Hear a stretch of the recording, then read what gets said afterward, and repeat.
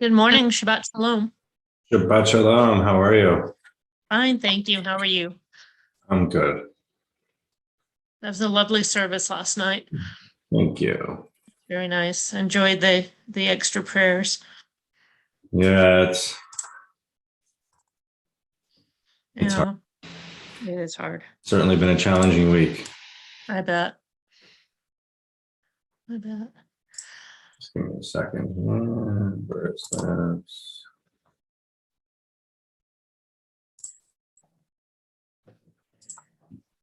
There we go. Okay. Well, you need some help with the music this morning? Oh, yeah. Okay. Grab some water.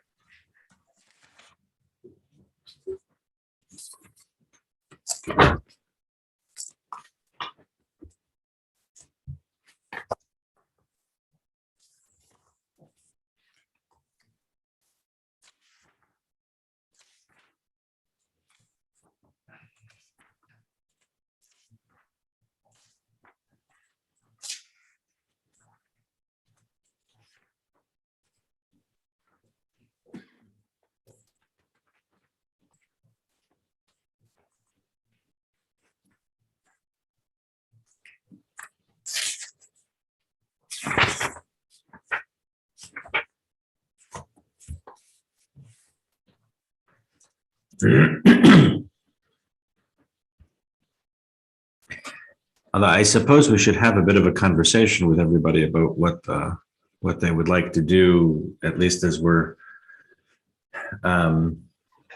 virtual for the next, month and a half, let's say. Mm-hmm. And whether we want to continue to do Shabbat services in the morning or just go back to doing Torah study. Okay. But because the numbers of services in virtual is pretty low. Okay. I think there was like 2 or 3 last week, kind of thing. Right. Yeah. Just, I mean, it's fine. I don't really care either way, but happy to do them. I just, at a certain point, Right. it's just hard to kind of get like a thing going. It's hard enough in this format anyway. True.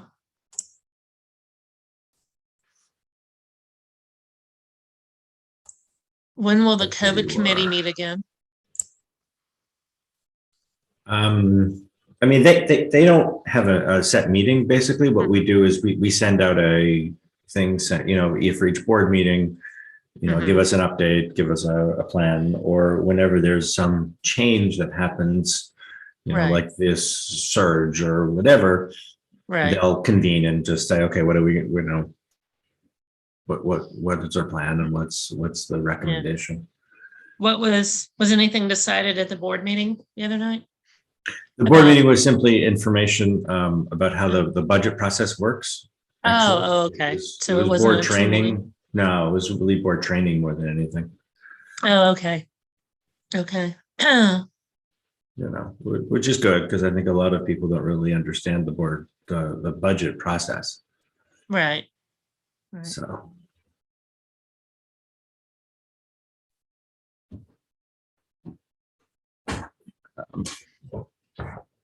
So there wasn't like a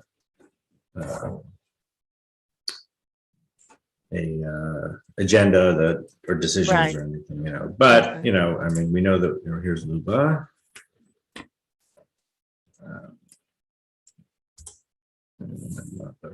So chances are February will be like January as far as services. Yeah, so the COVID committee has recommended that we maintain virtual through February. Okay. Right. So they're just seeing increases in numbers that belie testing, Right. you know, because people aren't actually getting tested as much as they were. Because you can do the test at home, and so if you test Right. positive at home and whatever, so then Right. you just, you know, the problem is that what is a mild something for, you know, a number of people could be incredibly serious if you're older or compromised. So, Right. Are you still meeting with the bar mitzvah kids? I meet with them via Zoom. Okay. So you're still working with Hunter and Rose? Okay. Yeah, actually, Hunter, we moved into the tikkun, so without the vowels, Oh, good. and he did really well. Sorry, not Nice. with Hunter, with Rose. With Rose. Okay. With Rose, she did really well without the vowels. Great. And Hunter's just about the same place. We're going to move him over, you know, next Okay. week or so. And he also, Good. so they're That's good to doing hear. just fine. Good. Good. Hunter just needs confidence, actually, True. because he True. he knows it, but he Mhm. just needs to kind of get there because he Yeah. he still hesitates, Right. you know. So Shabbat shalom, Luba. How are you? Shabbat Shalom. shalom, Mom. Surviving, have kittens who sing me songs already for a month. What's wrong?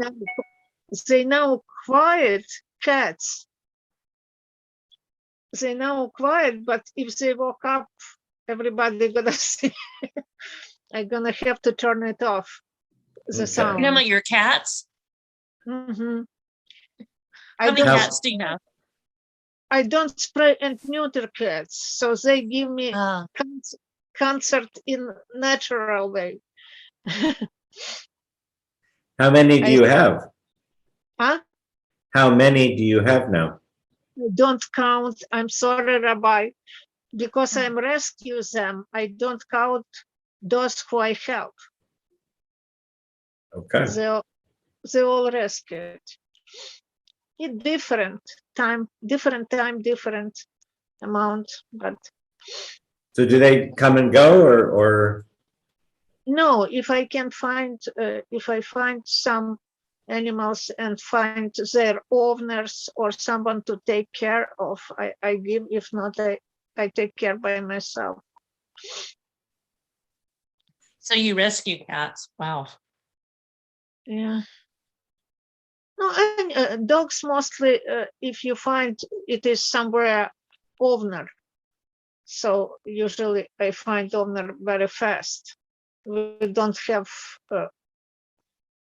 dogs that run without owners. They sometimes lost.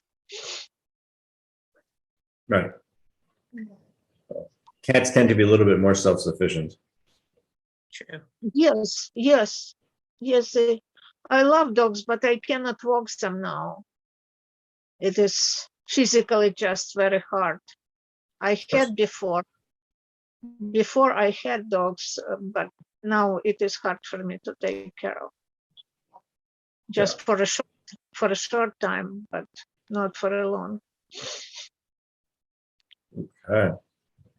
How are your fish at the temple?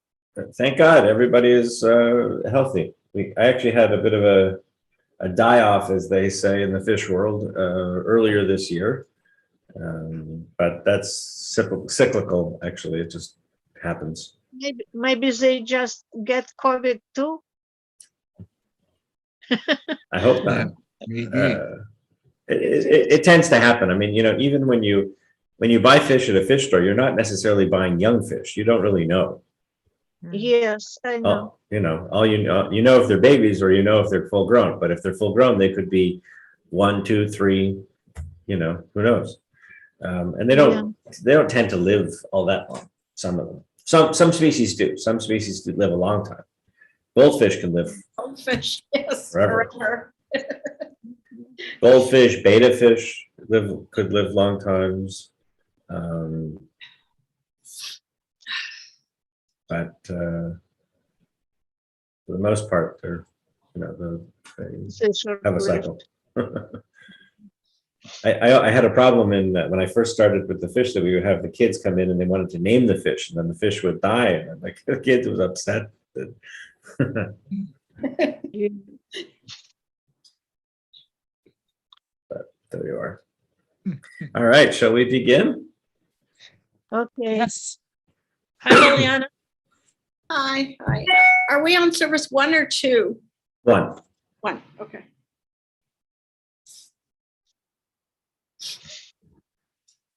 Your microphone.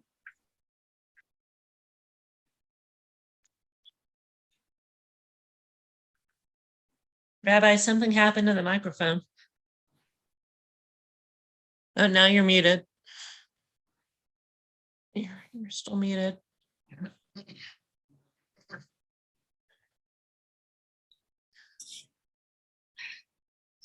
Oh, We can't hear you. He's working on it. And now? it's okay. Now we can. Now we can hear you. I don't know what happened there. So there's some connection problem, whatever. Okay, well, let's hope that maybe that's a sign I shouldn't sing.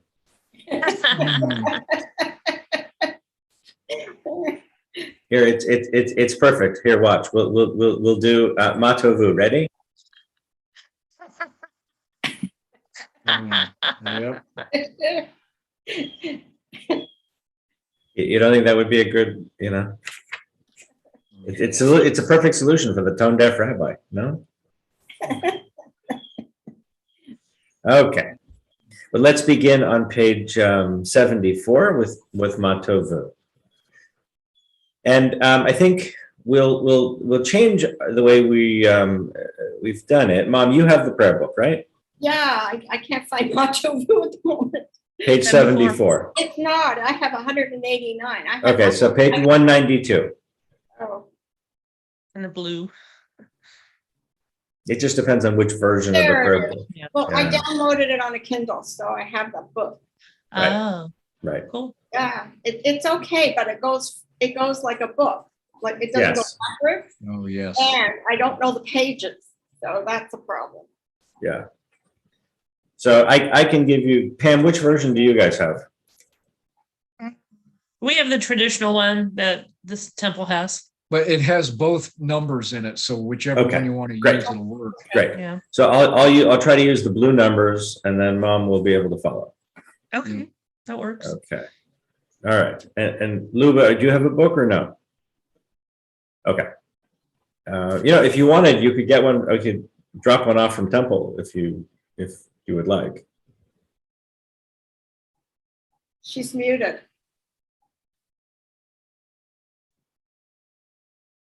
I mute myself so cats don't sing with the prayers.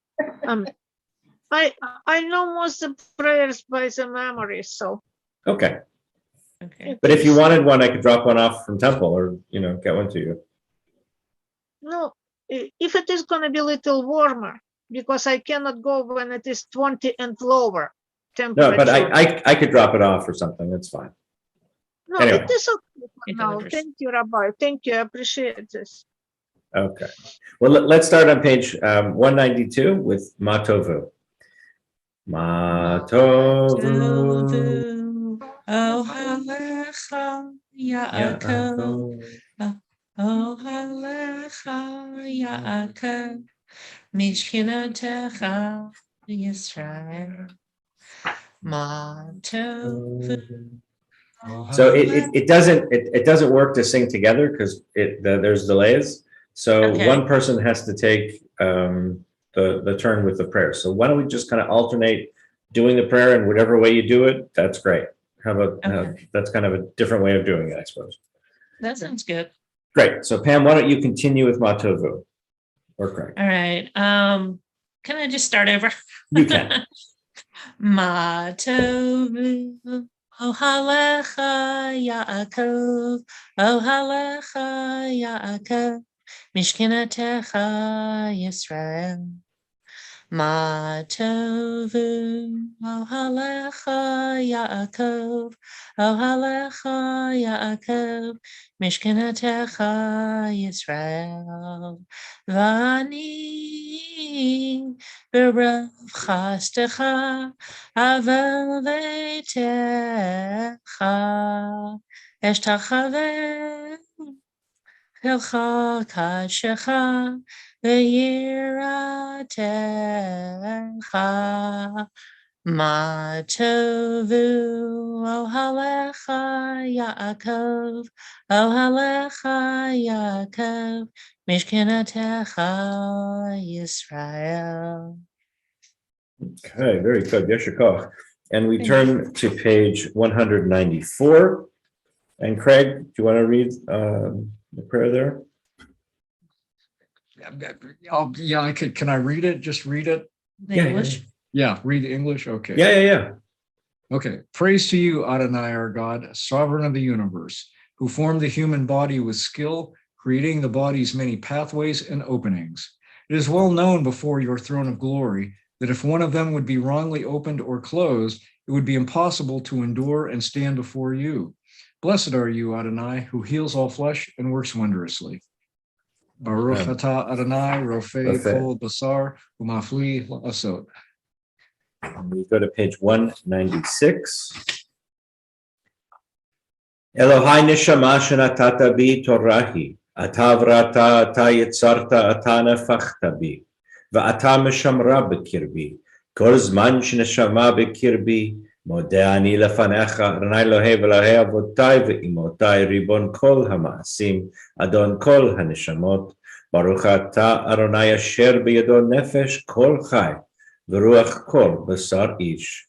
Praised are you, Adonai, in whose hand is every living soul and the breath of humankind. The following page, page 198, we'll join in the one-line blessings, and we'll kind of take one blessing each amongst the three of us with the prayer books, and kind of say them. You can say them in Hebrew, English, whatever your preference, and we'll go through them that way. Go ahead. Mom, why don't you start with the first one? Baruch atah Adonai Eloheinu melech haolam asher natan l'shachvovi L'sachvi bina l'havtin ben yom uvein laila. Amen. Pam? Baruch atah Adonai Eloheinu melech haolam pokeach ivrim. Amen. Craig? Baruch atah Adonai Eloheinu melech ha'olam matir asarim. Amen. Amen. Baruch atah Adonai Eloheinu melech haolam zokef kefufim. Amen. Baruch atah Adonai Eloheinu melech haolam rokei haaretz al hamayim. Amen. Baruch atah Adonai Eloheinu melech haolam hamechin mitzadei gaver. Amen. Baruch atah Adonai Eloheinu melech ha'olam malbish arumim. Amen. Amen. Baruch atah Adonai Eloheinu melech haolam anoten li'av koach. Amen. Baruch atah Adonai Eloheinu melech haolam ma'avir shana me'anai utnoma me'afafai. Amen. Baruch atah Adonai Eloheinu melech haolam shetzanu b'tselem Elohim. Amen. Baruch atah Adonai Eloheinu melech haolam she'asani ben Kukorin. Chorin. Amen. Baruch atah Adonai Eloheinu melech haolam shasani Yisrael. Amen. Adonai Eloheinu melech haolam azer Yisrael the giver up. Bigvura. Amen. Baruch atah Adonai Eloheinu melech haolam oter Yisrael b'tifarah. Amen. And the blessing for study and for worship on the top of page 204. Baruch atah Adonai Eloheinu melech haolam asher kitshanu b'mitzvotav v'tzivanu la'asok b'divrei Torah. Adonai our God, let the words of Torah be sweet in our mouths and the mouths of your people Israel, so that we, our descendants, and the descendants of all your people Israel may know you by studying your Torah for its own sake. Blessed are you, Adonai, who teaches Torah to your people Israel. Baruch atah Adonai hamlamed Torah le'amo Yisrael. We turn together to page 212.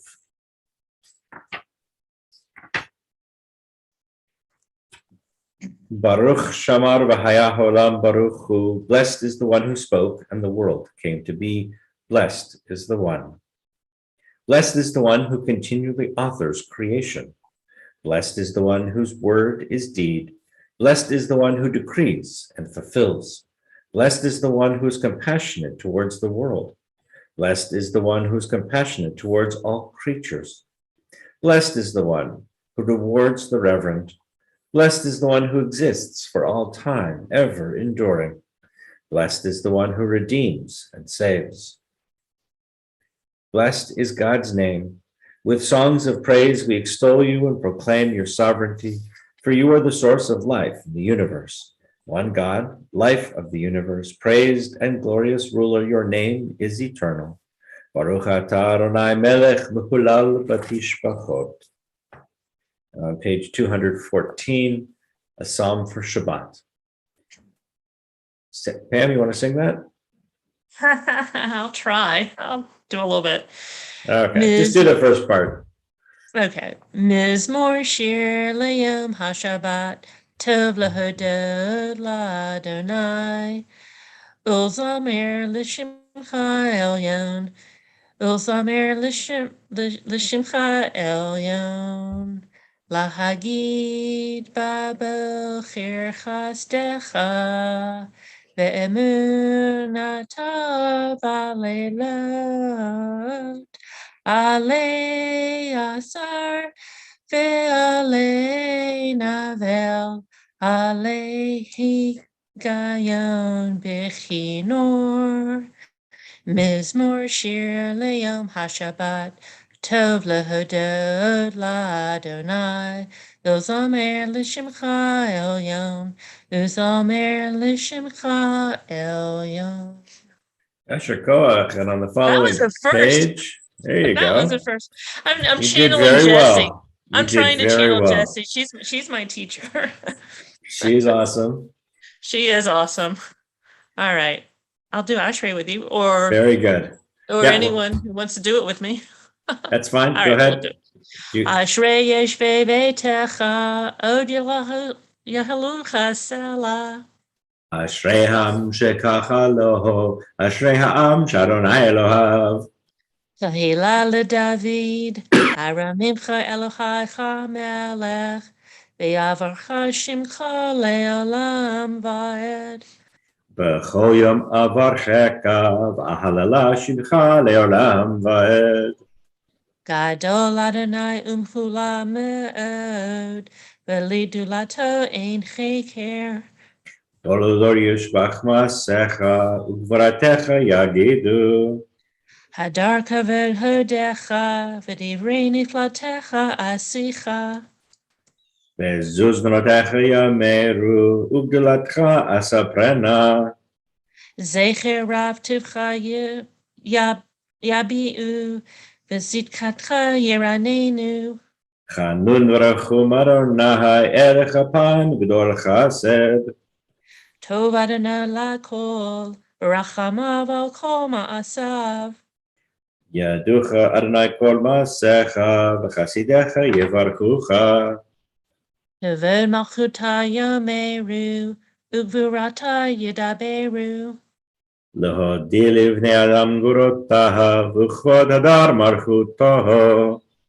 Malchutecha malchut kol olamim, umemshaltecha b'chol dor v'ador. Somech Adonai l'chol הנופלים וזוקף לכל הכפופים.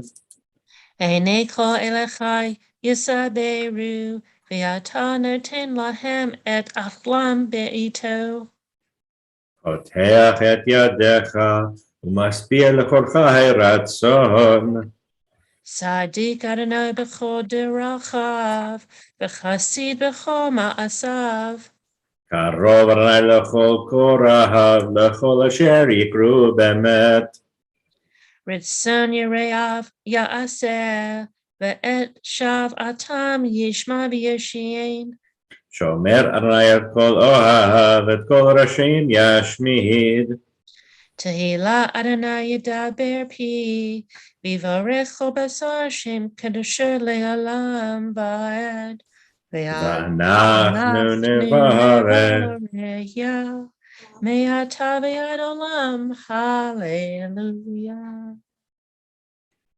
Do you want me to do Psalm 150 or do you want to do that one? So apparently I kind of didn't do it right when I led services a couple of weeks ago, and Brad was laughing, and I didn't know why he was laughing till the end. I just kept doing, I guess, the chorus like too many times or something. So I'll let you do it. Okay. Hallelujah, hallelujah, hallelujah, hallelujah. Hallelujah, hallelujah, El Bikocho. Hallelujah, hallelujah, Breki Yauzo. Hallelujah, hallelujah, hallelujah, hallelujah. Hallelujah, hallelujah, Bigvurotav. Hallelujah, hallelujah, Kerov Gudlo. Hallelujah, hallelujah, hallelujah, hallelujah, hallelujah, hallelujah, Beteka Shofar.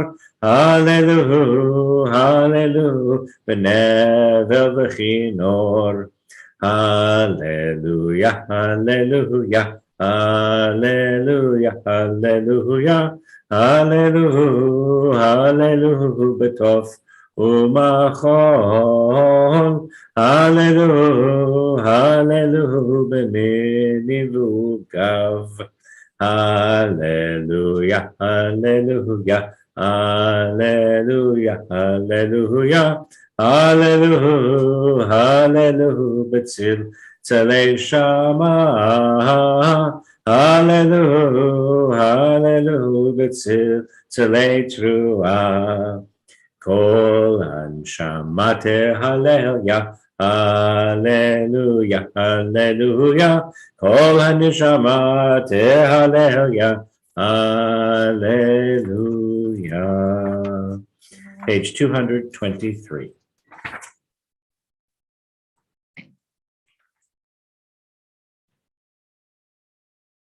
Yishtabach Shincha Le'ahad Malkeinu. You shall always be praised, great and holy God, our sovereign in heaven and on earth.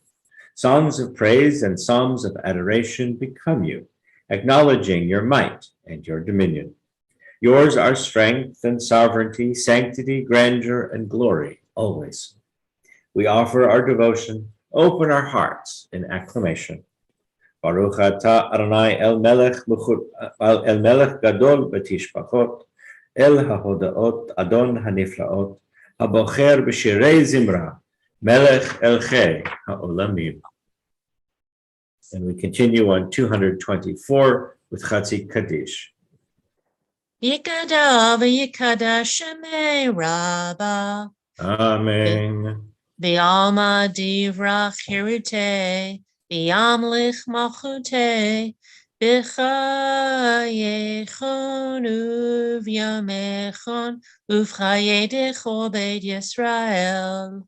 Bagala, bagala, uvizman kariv, v'yimaru, amen. Amen.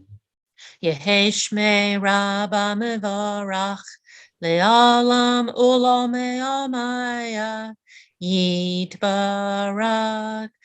yitbarak, v'yishtabak, v'yitpa'ar, v'yitramam, v'yitnaseh, v'yithadar, v'yitaleh, v'yithalal, shemei dekadusha, bariku. Leila min kol birchata v'shirata, tush b'chata v'nechemata, damiran b'yama, v'yimaru. Amen. Baruch et Adonai hamavorach. Baruch Adonai Hamvorach Leolam Vaed. And we continue on the following page, on page 228 with Yotzer Or. And Mom, do you want to read that English or Hebrew if you like, whichever?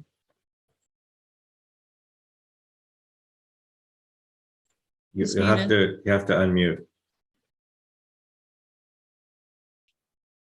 Praised are you, Adonai, our God, sovereign of the universe, creator of light and darkness, who makes peace and fashions all things. In mercy, you illuminate the world and those who live upon it. In your goodness, you daily renew creation. How numerous are your works, Adonai. In wisdom you formed them, all living, filling the earth with your creatures. Be praised, Adonai, our God, for the excellent work of your hands and for the light you created. May they glorify you. Shine a new light upon Zion, that we all may swiftly merit its radiance. Praised are you, Adonai, creator of the heavenly light. Baruch atah Adonai Yotzer Hamelech. And we continue on page 231. Actually, let's just go to page 232 and join together in Shema. I'll let you do it. Shema Yisrael Adonai Eloheinu Adonai Echad Baruch Shem Kevod Malchuto Le'olam Vaed. And we continue with V'ahavta on the following page. V'ahavta et Adonai Elohecha b'chol levavcha u'chol nafshecha u'v'chol me'adecha v'hayu hadvarim ha'eleh asher anochi mitzavcha hayom al levavecha v'shinatam levanecha v'dibarta bam v'shivtecha b'veitecha uvleftecha v'aderech u'shochbecha uvkumecha ukshatam leot al yadecha v'hayu latatavot b'neinecha uchtavtam al mezuzot beitecha u'visharecha Leman tizkaru ve'asitem et kol mitzvotai v'tem kedoshim lelohechem. Ani Adonai Elohechem asher hodsetiechem eretz Mitzrayim liot lachem lelohim. Ani Adonai Elohechem. Adonai Elohechem Emet. And we turn together to page 240 and join in Mi Chamocha. Anyone else want to do that? You're on. Mi chamelcha ba'elim Adonai. Mi kamelcha nedar b'kodesh. Nora tehilot. Ose fele. Ose fele. שירה חדשה שיבחו גלים לשמך על שפת הים, יחד כולם הודו והמליכו ואמרו, אדוני ימלוך לעולם ועד. צור Tor ישראל, Yisrael, Kuma Be'ezra Yisrael, Uvdechinu Mecha, Yehuda Yisrael, Go Aleinu Adonai Zivaot Shemo, Kedosh Yisrael, Baruch Ata Adonai, Ga'al Yisrael.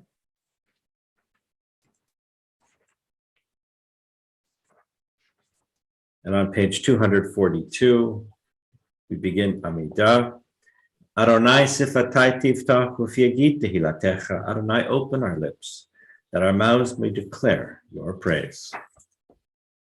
Baruch atah Adonai, Eloheinu v'Elohei Avotenu v'Imotenu, Elohei Avraham, Elohei Yitzhak, v'Elohei Yaakov, Elohei Sarah, Elohei Rivka, Elohei Rachel, v'Elohei Leah, Ha'el Hagadol Hagibor v'Hanorah, El Elyon, Gomel Chasadim Tovim, V'Konei Hakol, V'Zocher Chasdei Avot V'Imahot, U'Mevi Gula Lifnei V'Nehem, Lama'an Shemo B'Ahava, Melech Ozer U'Moshiach U'Malgein, Baruch Atah Adonai, Magen Avraham, V'Ezrat Sarah.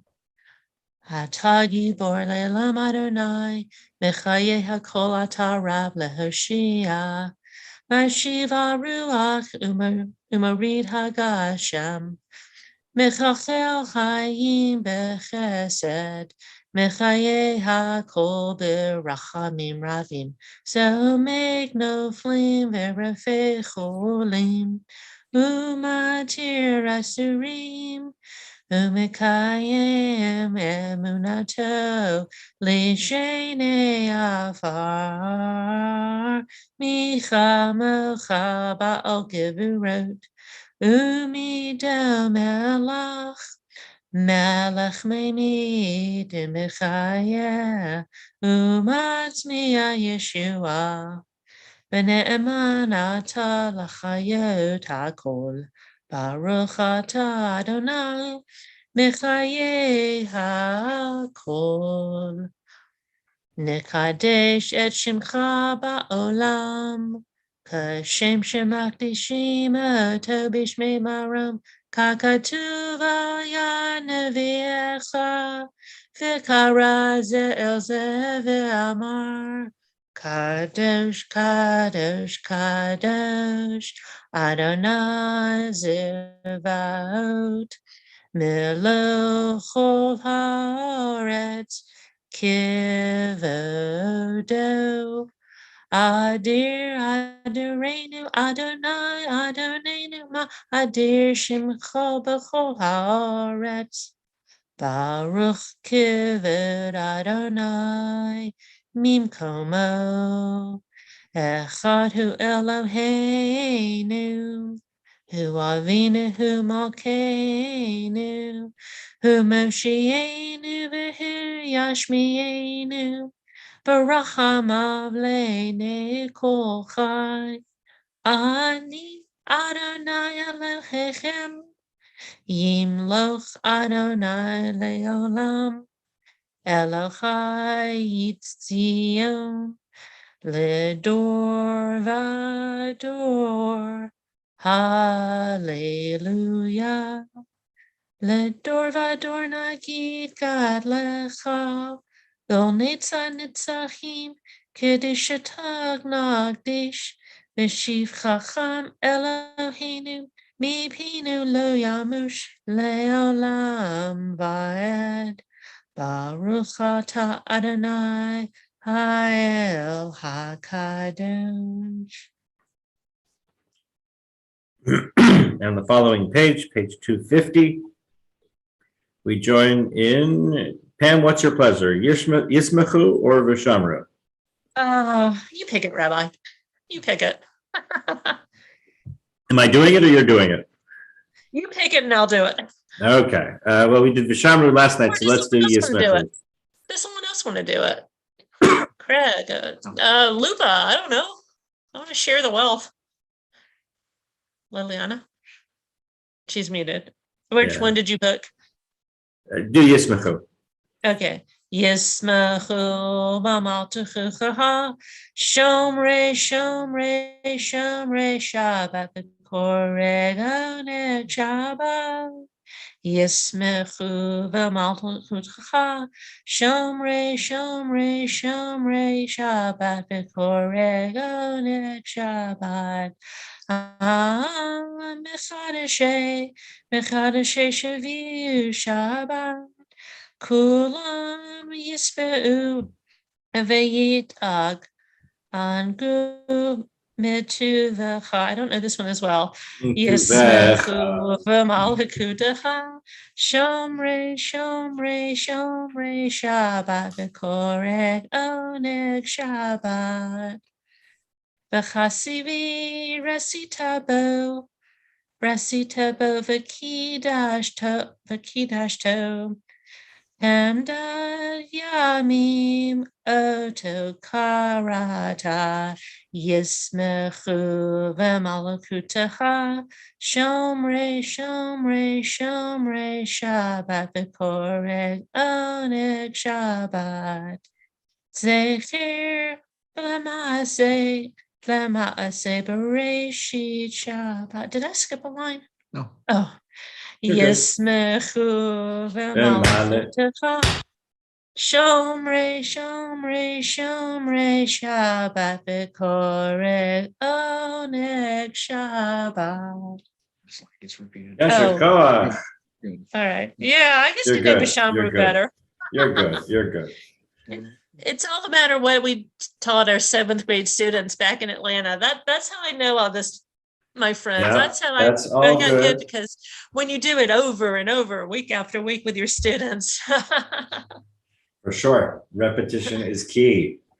Page 255. Retzei Adonai Eloheinu b'amcha Yisrael utfilatam b'ahavat tekaber u'tihil ratzon tamid avodat Yisrael amecha baruch atah Adonai she'otcha levadcha b'yirah na'avod.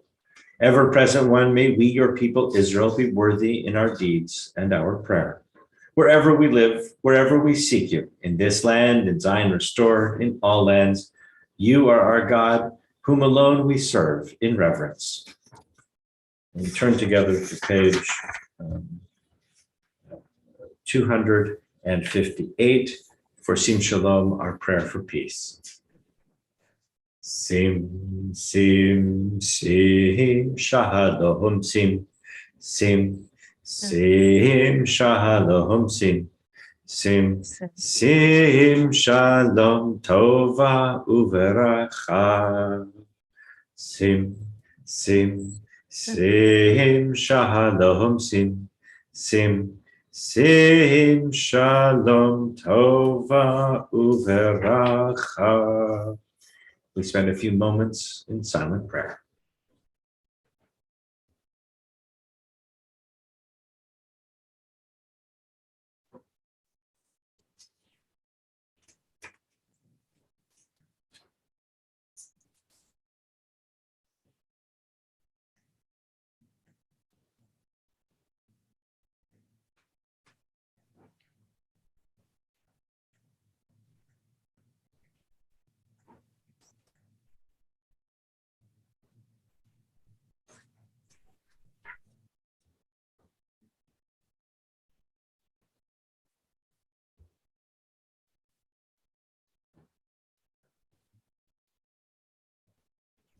Oh, say shalom bimrama, Uyase shalom aleinu ve'al kol Yisrael.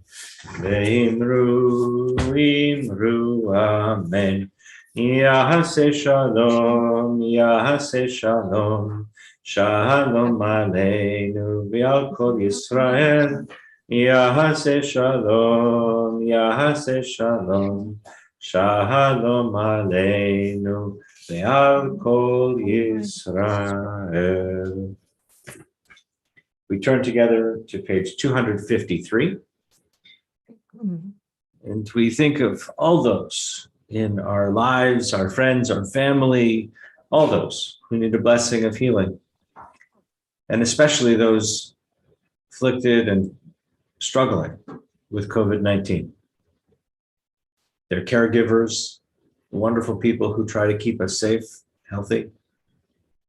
And in our congregation, we especially mention Greg Bennett, Michael Byron, Scott Gordon, Rebecca Gottlieb, Phyllis Levin, Jacob Adams, Pat Hanna, Irina Shevardskaya, Doug Ford, Roy Strider, Steve Toddleben, Michael Goldman, Zachary Jackson, Bruce Harrell, Andrea Kempner-Blake, the Rodland family, Terry Harris, Frank Fusaro, Edna Fritz, Frank DeFazio, Katie Elia, Miriam Patterson, Darren Rosenberg, Matea Press, Sheila Kahn, Marilyn Weinecke, Diane Levy, Jeannie Neibauer, Darlene Sharp, Julie Matthews, Dane Marcinowski, Maggie Lee, Noyak Greenberg, and Stacy Mason. If any of you have a name to add, you can just unmute yourself and add that name.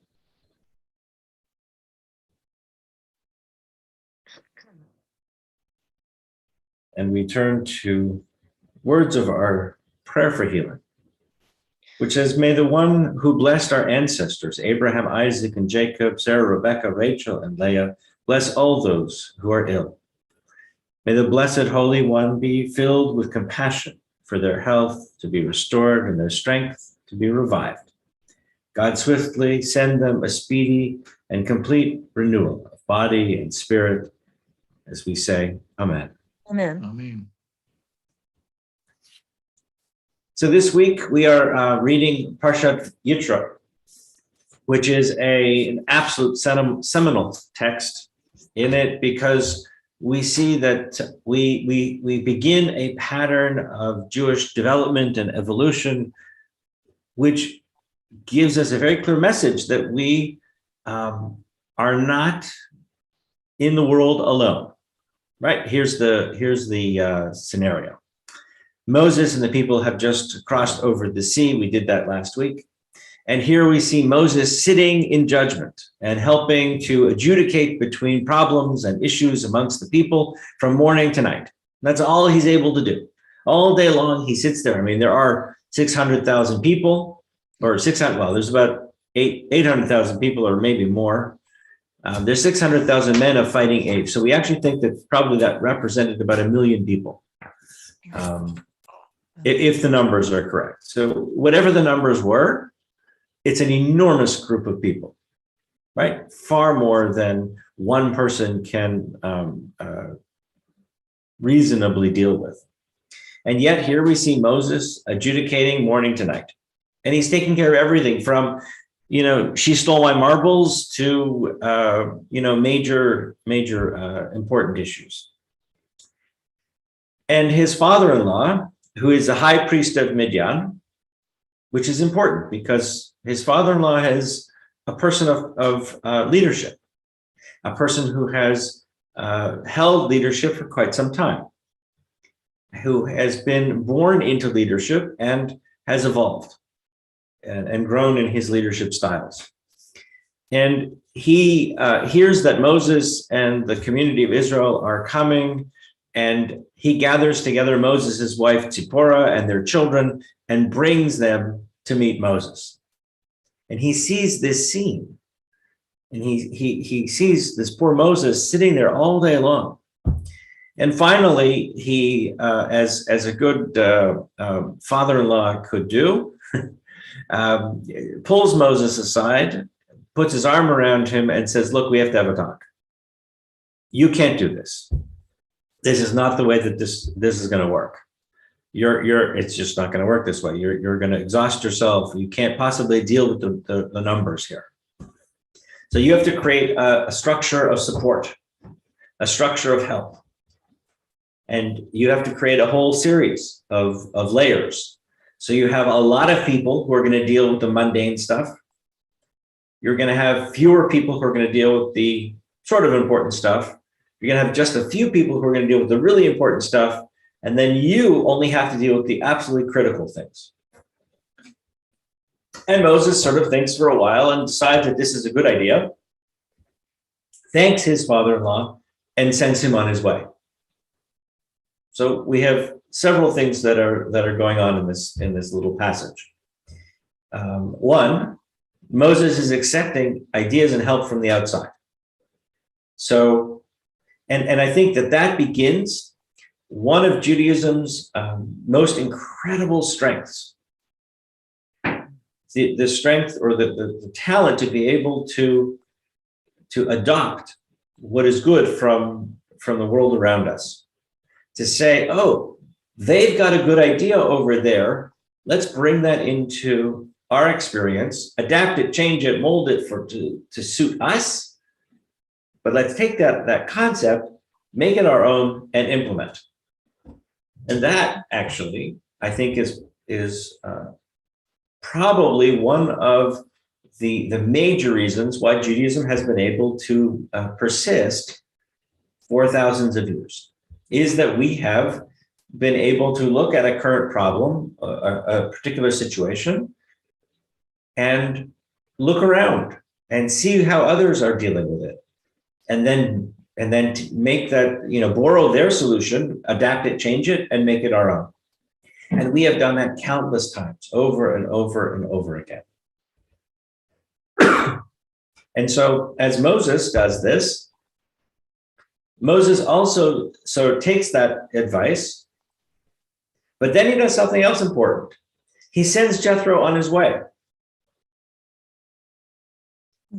Sometimes that scene is kind of a bit ungrateful, right? I mean, this poor guy has come and brought his wife and his kids and everything else, and then Moses sort of dismisses him, pats him on the back and sends him packing.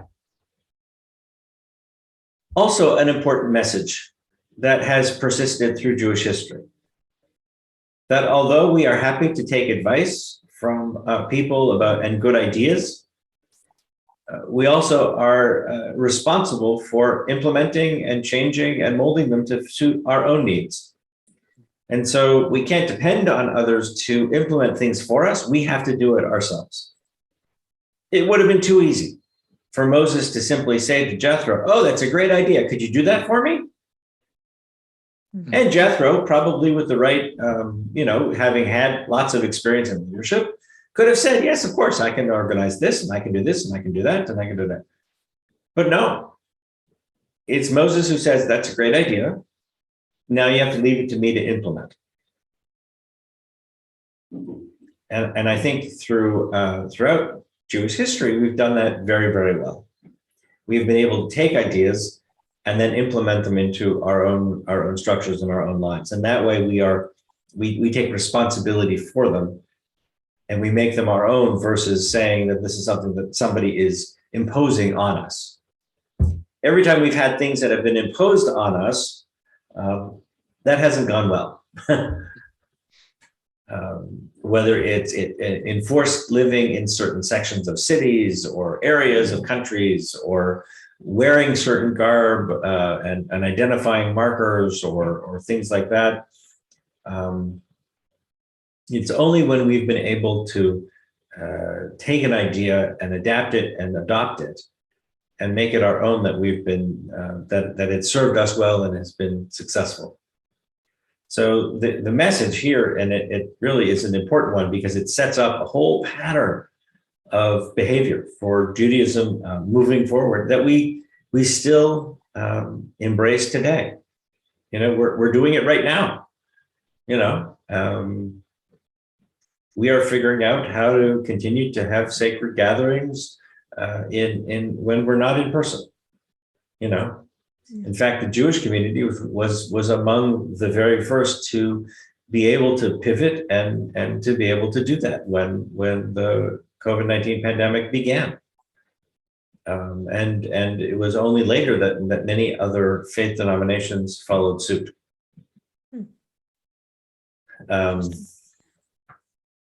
So with that, we'll continue our adapting and adopting. And in terms of the, and Reform Judaism certainly borrowed all sorts of ideas and processes and values from different traditions. You know, they saw the value of families sitting together when they saw Protestant churches, and so they brought that into Jewish worship for the first time. Right? They saw the value in having a service that didn't necessarily repeat prayers over and over again, but that had a beginning, a middle, and an end.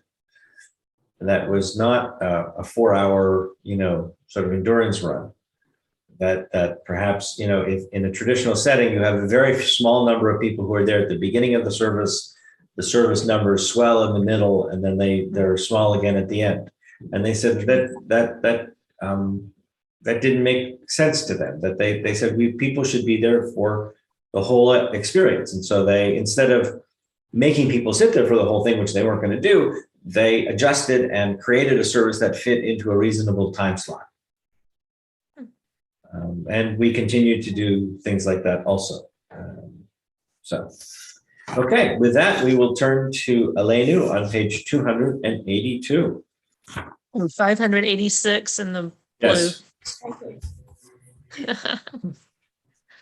Aleinu l'shabeach la'adon ha'kol latet gedula ilo ser breshit shalo asanu kegoye haratzot velo samanu k'mishpuchot hadama shalo sam chalkenu kahem v'goralenu kechol hamonam v'anachnu korim u'mishtachavim u'modim lifnei melech malchei hamlachim hakadosh baruch hu shehu noteh shamayim v'yosef haaretz u'moshav yikaro b'shamayim imal u'shchinatu zo b'govhei meromim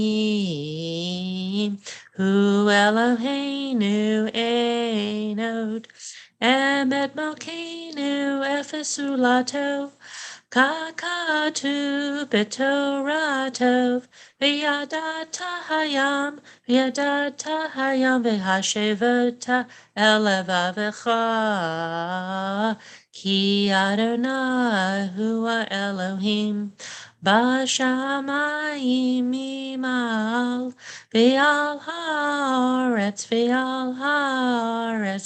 mitachat ein od v'nemar v'haya Adonai l'melech al kol haaretz bayom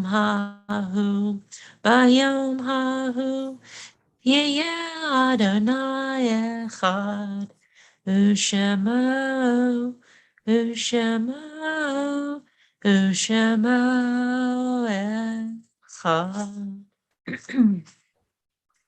Our thoughts turn now to those who have departed this earth, our own loved ones, those whom our friends and neighbors have lost, the martyrs of our people, and those of every race and nation whose lives have been a blessing to humanity.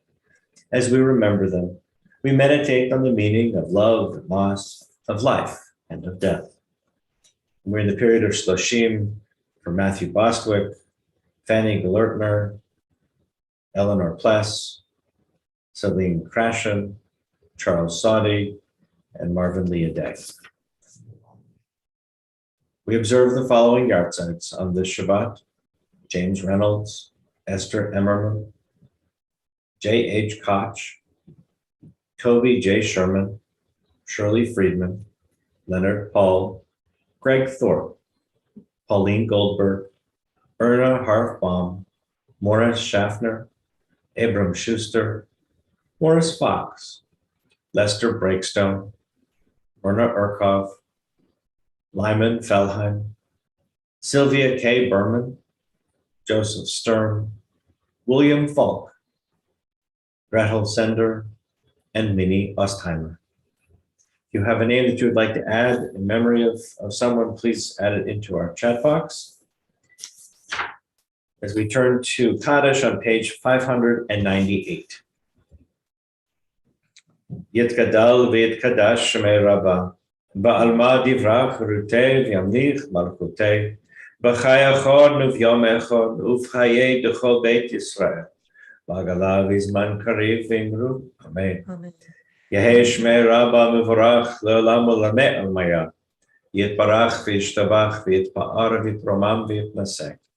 V'it hadar v'italev v'talal shemei dekutsha barichu le'ela min kol birchata v'shirata tush bechata v'nechemata v'amiran bi'alma v'imru. Amen. Amen. Yehei shlama rabba min shemayach v'chayim aleinu v'al kol Yisrael v'imru. Amen. Oseh shalom b'mromav hu yaseh shalom aleinu v'al kol Yisrael v'imru. Amen. Amen. Few announcements. Services this weekend are in memory of Sylvia K. Berman and Leonard Paul. And we are not having Gesher this week or through January, and we'll pick up again in February. That way we can be in person according to our recommendations. And Monday, we have book club at 7:30. And everybody is certainly welcome to join with that. And that's pretty much all the announcements for the week. Okay, give me a few minutes and we will reconvene. I'll let Eric in here. And thank you, Pam and Mom and Luba for helping to lead. And we'll convene with Joshua in just a minute. Thank you, Rabbi. Thank you.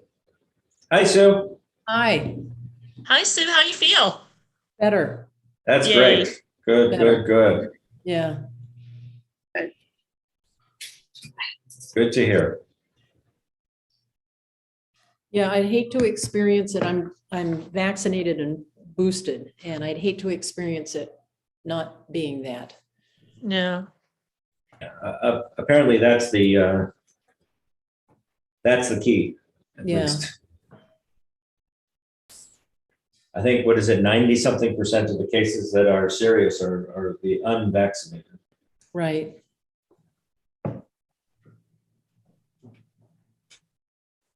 I'm just going to grab my book.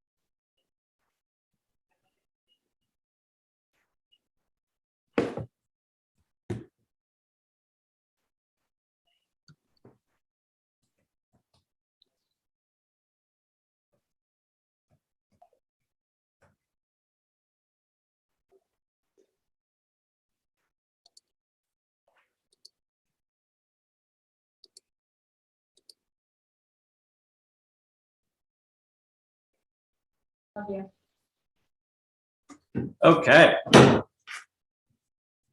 Shabbat shalom, everybody. Shabbat shalom. Shabbat shalom. Shalom. All right.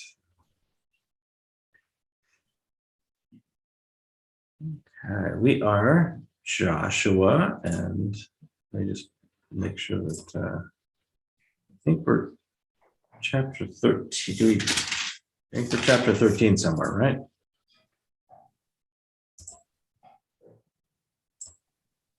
Joshua 1, right? What do you mean? I'm looking. What do you mean, Joshua 1? Where Joshua. Oh, wait a minute. I'm sorry. there is only one book of Joshua. Yep, I'm with you. Okay. We're in Joshua 13. Okay. There's First and Second Samuel, and a bunch of First and Second Kings and whatever, but there's only one Joshua. Yep. You're frozen, Jay. I don't know why. It does it all the time. Ain't nothing new. Okay.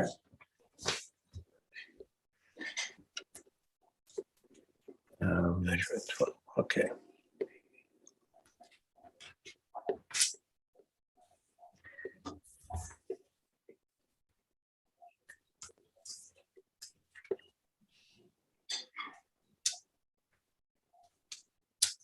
Okay, so there are another, I think Joshua goes on for like 20 something chapters. And then the question becomes, what do you want to study from there? So give that a little bit of thought. We have some time, but just to give some thought to, do we continue to move on through Judges and kind of make our way through? Do you want to jump to something else, something like Esther or Daniel or something later, late text in the book? I think just give it some thought, and we can go sort of wherever our hearts desire. Kings. That's really interesting.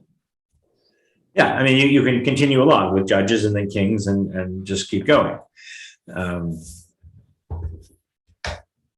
They tell me it's a good book, so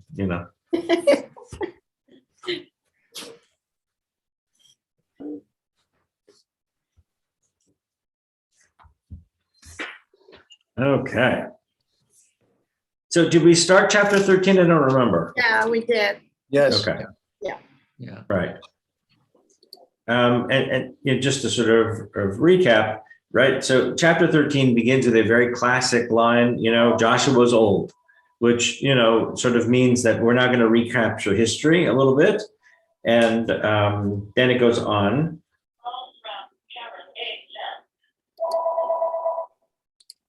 Thank you. This is the last two.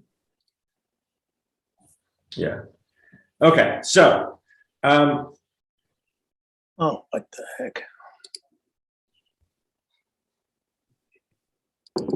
maybe if people can mute and then unmute when they wish to speak, that might help with some of the background noises. Okay. So, I think we got to sort of verse 15, if I remember. Does that make sense to somebody? Yes, chapter 13, I think. I think chapter 13 we're supposed to read. Well, we did part of chapter 13. Oh. Yeah, we did part of chapter 13. So we did up to verse 15 of chapter 13.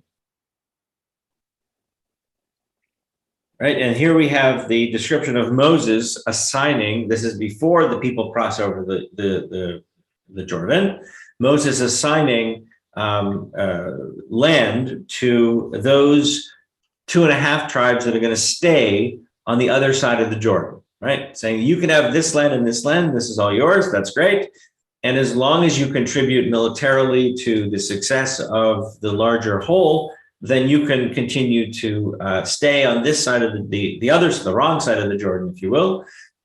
You can stay there, and the whole people will cross over. But you have to support the larger endeavor, because if you're going to be kind of the outpost, if you will, you're going to depend on the strength of the Israelite nation, and so you have to also contribute to that. And so here we have Moses assigning the following, the tribe of the Reubenites, the various clans, and it became theirs, and the territory from, these different places. Sure.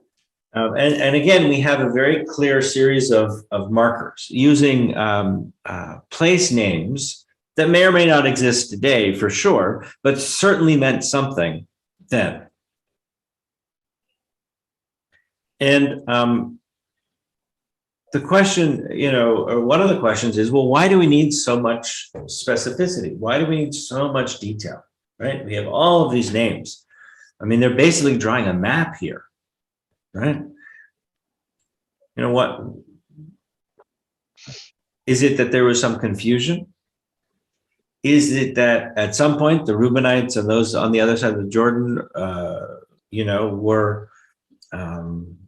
had their eye on what was going on in another place, and so therefore we needed to delineate exactly where their boundaries and borders were, right? If you think about it as in terms of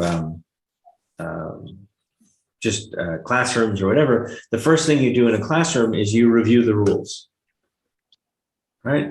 And once you reviewed the rules, then you can refer back to the rules. And so this may be the ancient Israelite way of reviewing the territories here, saying, okay, Moses gave you the territory and therefore it has legitimacy, and you go from here to here to here to here, that's yours. Don't start claiming something beyond what we've already discussed.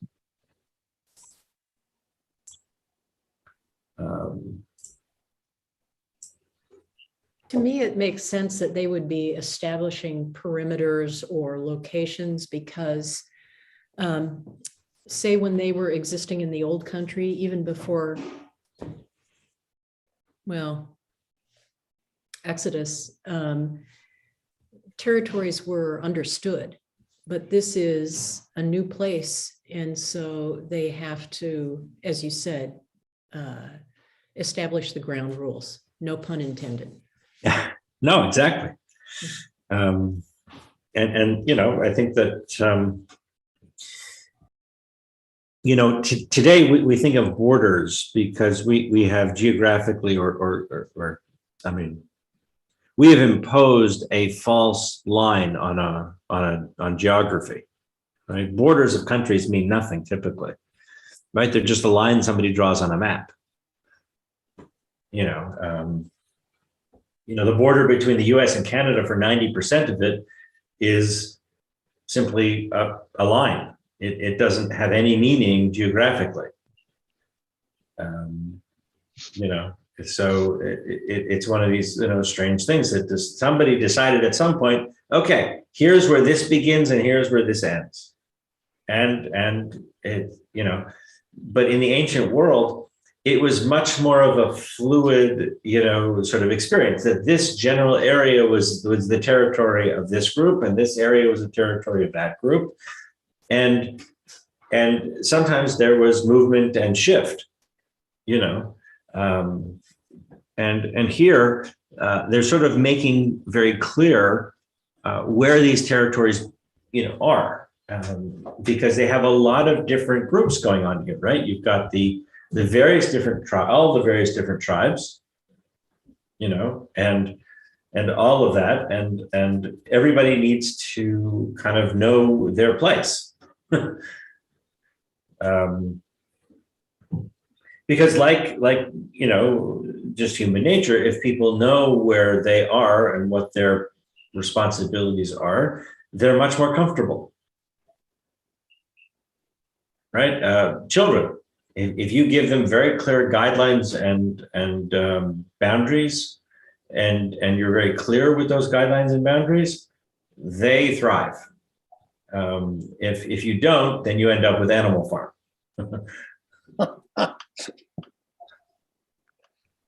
I mean, you know. So, Carly, are you taking notes?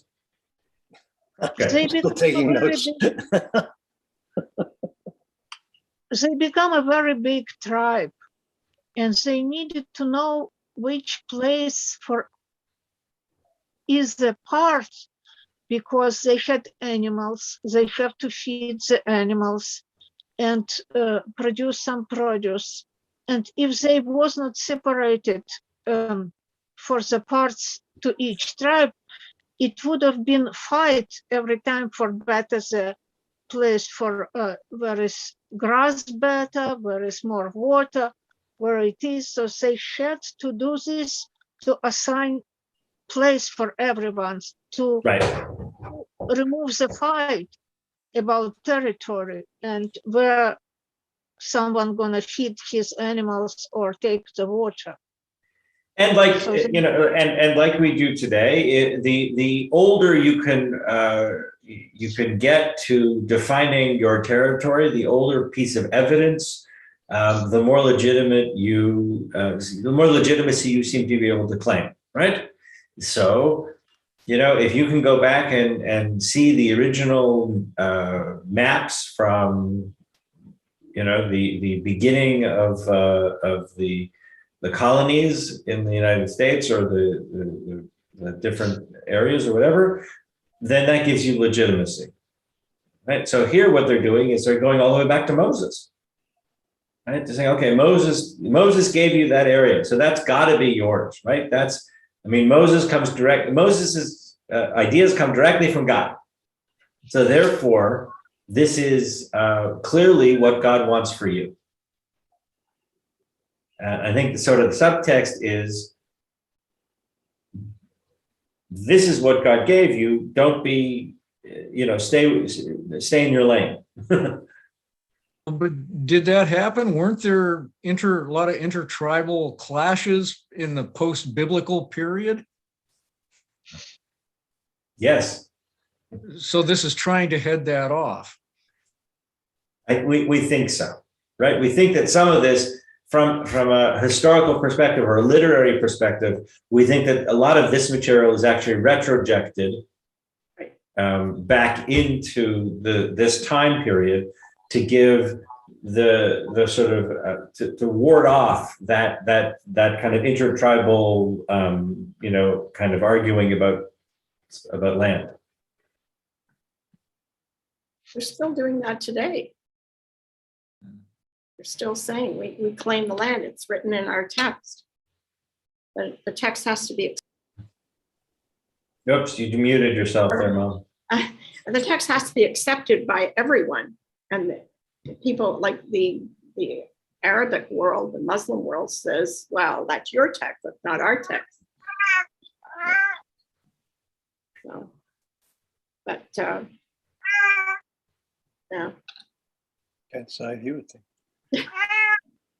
I think Luba's cats agree with you. You can see that.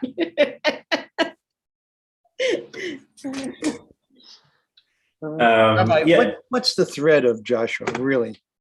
I mean, I read it and it's okay, this guy gets this guy gets that, but it sets up the stage for Judges, which comes next, right?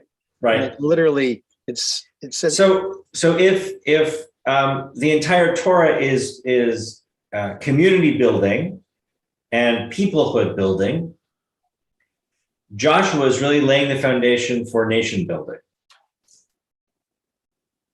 right? Joshua's laying the foundations for who's in charge and armies and land allocations and all of that stuff.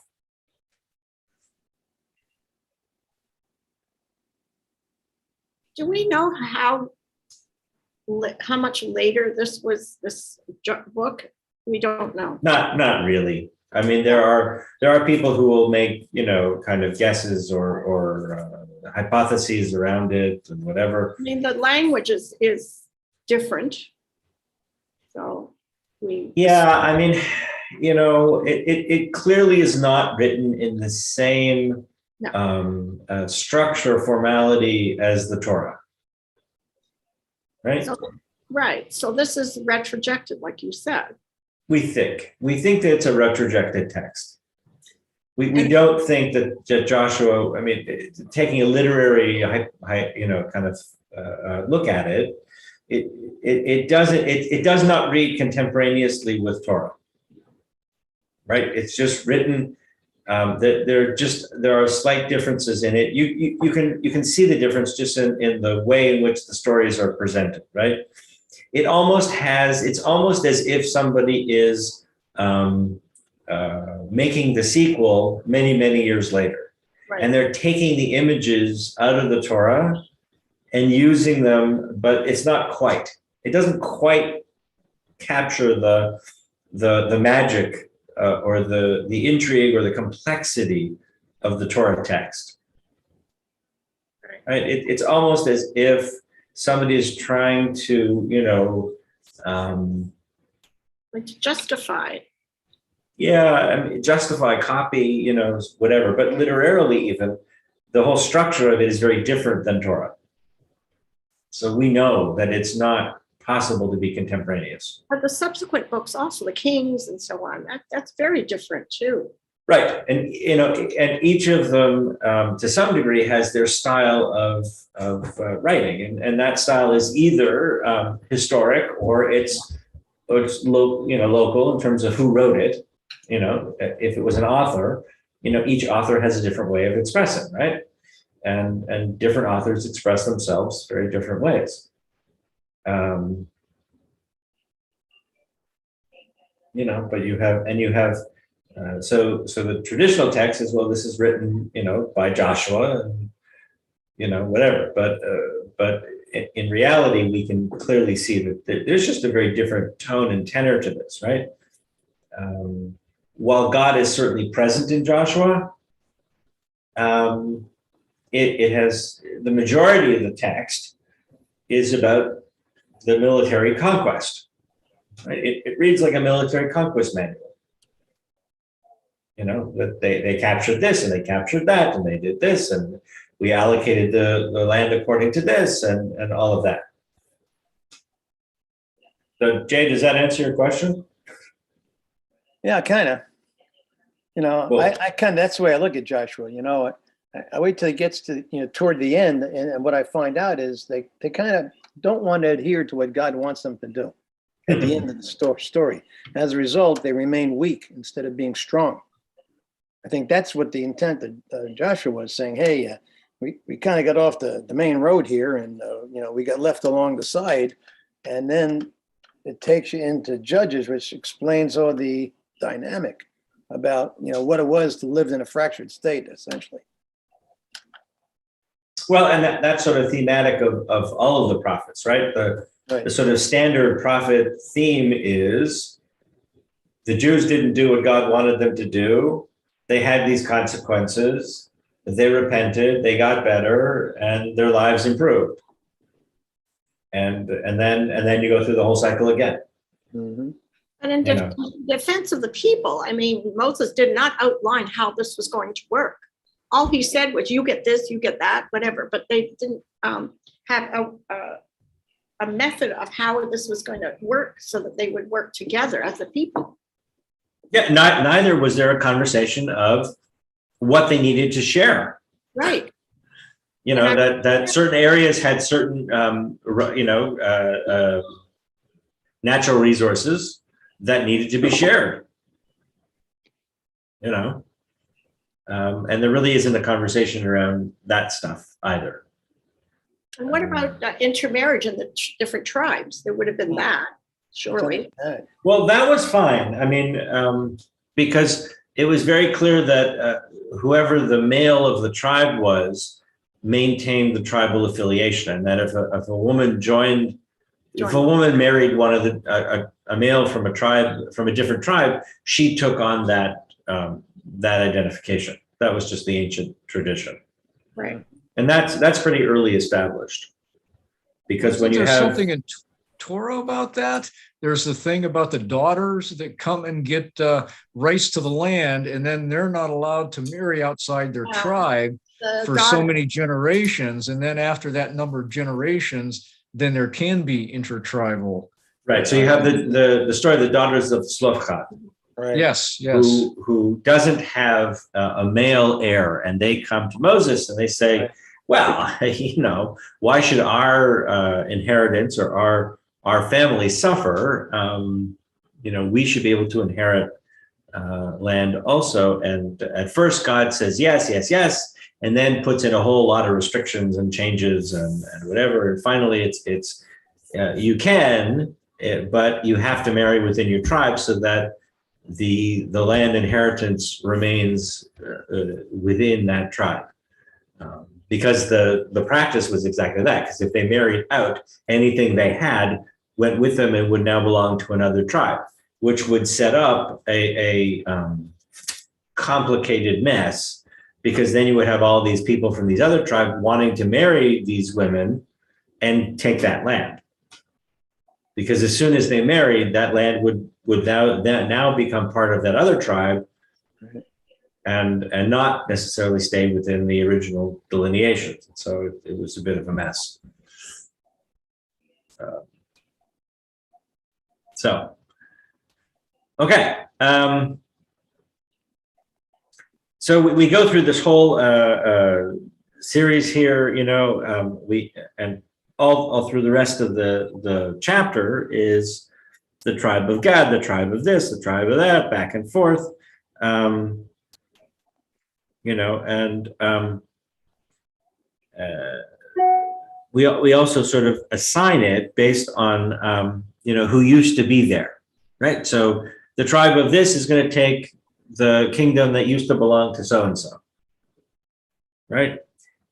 Like for instance, on verse 24 here, to the tribe of Gad, for the various Gadite clans, Moses assigned the following, and it became their territory: Yazar, the towns of Gilad, the part of the county of the Ammonites, up to Aror, which is close to Rabbah, and from Heshbon to Ramah Mitzpeh, and Betonim, and it's so hard to read in the English, Machnanim, to the border of Lidbir, in the valley of Beit Haram, etc., etc. You know, it goes all through these different places. The rest of the kingdom of Sichon, the king of Heshbon, down to the edge of the Jordan and up to the tip of the Sea of Kinneret, which is the Sea of Galilee, on the east side of the Jordan. And that was the portion of the Gadites and their various clans and those towns and villages. So they're using former sort of accepted areas or demarcations based on whoever was the ruling party prior to their arrival.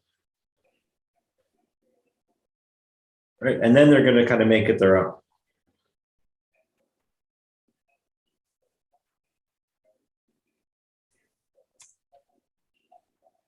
That in itself is sort of interesting because it means at the time that it was written, that there was still knowledge of who was there and prior to them. Absolutely. So number one, we know that that's the case, but also, I mean, that's pretty typical, right? That locations are often, changing a name of a location is a very difficult thing to do. because it is so ingrained in people's kind of culture or experience. Just think of the way that cities have changed names over the years in different places, right? Great examples are in communist countries. Yeah. Right, where names, you go from St. Petersburg to Petrograd, Leningrad. St. Leningrad. Petersburg, Stalingrad. yeah, It, right. it reminds me of a story where a friend of ours was coming into town to go. She grew up in Meadville. She was attending a reunion at the Voodoo compound, and The what? Well, Voodoo Brewery. Voodoo is a beer. Brewery. It's a It's a brewery in brewery. town, and Got I it. know that Okay. sounds a little strange, but so mom had said, well, so they came into town, they drove, they couldn't find this place. And they called mom. She says, well, it's where the old 84 lumber used to be. Oh, okay. Boom. Yeah. That's my point for this. Yeah.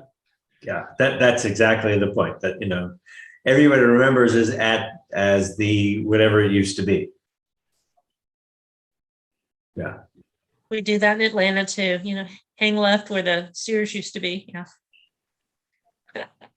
Anyhow, Absolutely. Fractured state too. what? In Georgia, that's a fractured state too. All right. Yeah, I know. Going back on something I think Jay said before, maybe you said it, Rabbi, that I find a little bit strange is that with all of God's instructions in the Torah, there was never any instruction on how to set up the nation and run the nation. Yeah. It was just like, here's all these rules. Now you guys are on your own. It's Right. like, wow. Yeah. Yeah, there's very little. It seems to be everything is working around the day-to-day, and the actual governmental structures, Wow. Yeah. except for one, in which God says, don't have a king. Right. And of course, what's the first thing they do? You do, right? They want a king. They want a king. Well, that's you can understand that because by being a tribal society, they can't stand up to the Philistines and the Phoenicians and all the Canaanites down on the plains, and they were getting their butts kicked because they couldn't bring the forces together because they couldn't get a unity among the tribes that they needed. They'd say, well, let's go to war. Let's ask this tribe, that tribe. And they weren't getting the kind of support that they needed to take care of their enemies. So they looked around and said, well, they have kings and we need to make it a nation. Right now, they're a bunch of tribes and they're a tribal society. So in order for them to compete and vie with their neighbors, they had to become a nation. And I think that's what's so interesting to me about Judges, that thread that takes you from Joshua, where they arrive, and then they go through Judges, where you see the internal, fractiousness of these people, and as a result, they had problems too with the fact that many of the Israelites were marrying out of the tribal clan altogether and marrying the Canaanites. So that also had weakened them. But that's a story to be told in the future. You got to wait for that one, John. Well, I know that kid. But I'm saying is that, the story is you're going from a tribal group to becoming a nation. And that's a big march. Yeah, it certainly is a bigger jump, right? And I think it really demonstrates a kind of group process that's going on, right? You began as former slaves. 40 years later, you are this people. You have these tribal sort of separations. Don't really know what to do with that. We've never really led ourselves as these tribes, right? Because they grew up they evolved under Egyptian rule, mostly under slavery. And then we have to figure out how to be an independent nation. And the idealism of creating a nation on paper is radically different than what you meet when rubber hits the road. I mean, we've seen that in sort of national ideology over and over and over again, including our own, right? So we establish, the U.S. is established, with the War of Independence. But what's missing? Right? They have all the structures that are missing. And so they have to create the Constitution. A rule book. Right? And that's 10 years almost between the two. That's throughout the world. The city-states of the Europe, the Middle East was all tribal like this. The whole area, all of what we consider today, Iran, Iraq, all of that was tribal.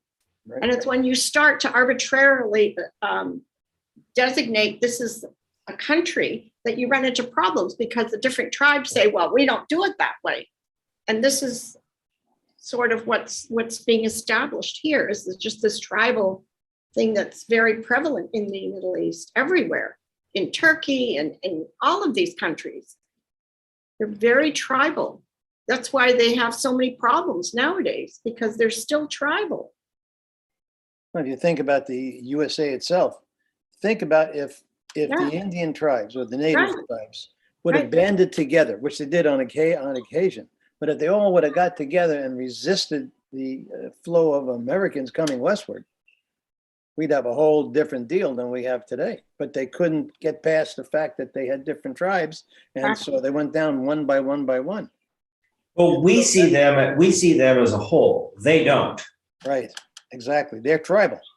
I mean, they see, there's as much of a difference between Ashani and Shamazi and Iroquois and whatever as there is between them and the Westerners. Exactly. They didn't see that. We saw them all, we just lumped them together and called them Indians. Right. But they absolutely do not.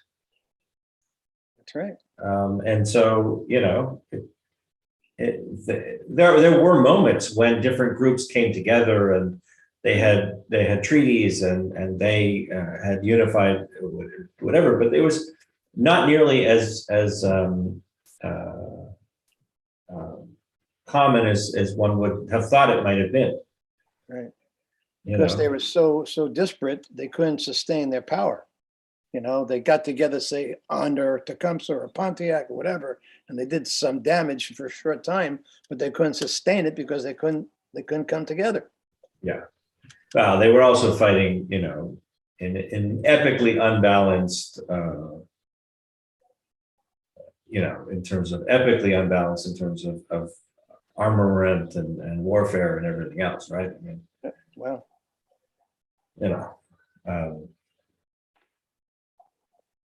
but that's and I don't think that we have yet really kind of owned up and acknowledged the genocidal experience that we inflicted. Canada's starting to do that. They have the reconciliation, whatever. I don't know what will happen. Yeah, I mean it's starting. Although if you talk to Native folks, even the Native Canadian, the First Peoples, and then they're like, it's a lot of lip service and it's a lot of whatever. But the reality is, look, nobody's giving back Toronto. Exactly. Or Mississauga. I mean, nobody's giving back New York. Right? I mean, it's not, it's sort of absurd, right? So, but what they're doing is they're trying to compensate for the schools. Well, that's much more, sort of individual and modern. I mean, the residential school fiasco, which is contemporary. I mean, it's less than 50 years old, right? It was part of the 60s. was, an absolute abhorrent, disaster, and actually has profoundly shaken sort of Canadian self-image. I don't know if people are so aware of this piece, but there were these residential schools set up in sort of rural Canada in different places. And essentially the government would come into a reservation and round up the kids and send them off to these residential schools. And the thought was that they would westernize these kids so that they would then go back and be good citizens of the country. Unfortunately, what happened was there was no supervision, there was no oversight to these schools, and there was tremendous abuse. Tremendous abuse. They're finding mass graves in some of them. Yeah, just horrible things. And, Canadians who have this, perceived self-image as always being the nice guys are having to really deal with these struggles of how do you deal with an identity that says that you were systemically, not just one person or two people, but systemically allowing, wide scale, essentially murder and torture of children. Well, the same thing occurred here in the USA. Yeah. They had a lot of Indian schools. Same idea, same concept. And Yeah, I still- mean, it was across the, it was very similar philosophies and practices happened. Right. There was a lot of communication between the two for good reason, because, in many cases, these North American tribes did not see themselves, did not recognize the Canadian-US border, still don't. Right, so there are tribes that are very much across, cross-border, because there was no border at the time, And as we sort of discussed, somebody came along and drew a line, but you drew a line right through my territory. Well, I don't care if you drew a line, it doesn't mean anything to me.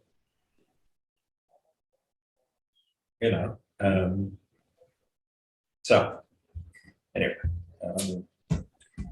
we'll have to solve the native problems in question another time. We should bring back Joshua to figure all this out for us. Yeah. Right. But it does, it is important to kind of think about, because, on one hand, Israel is taken to task for, not giving back the territory of the Palestinians and whatever. But in reality, Israel is the only country in the world that has been asked to give back territory that they captured in a non-aggression war.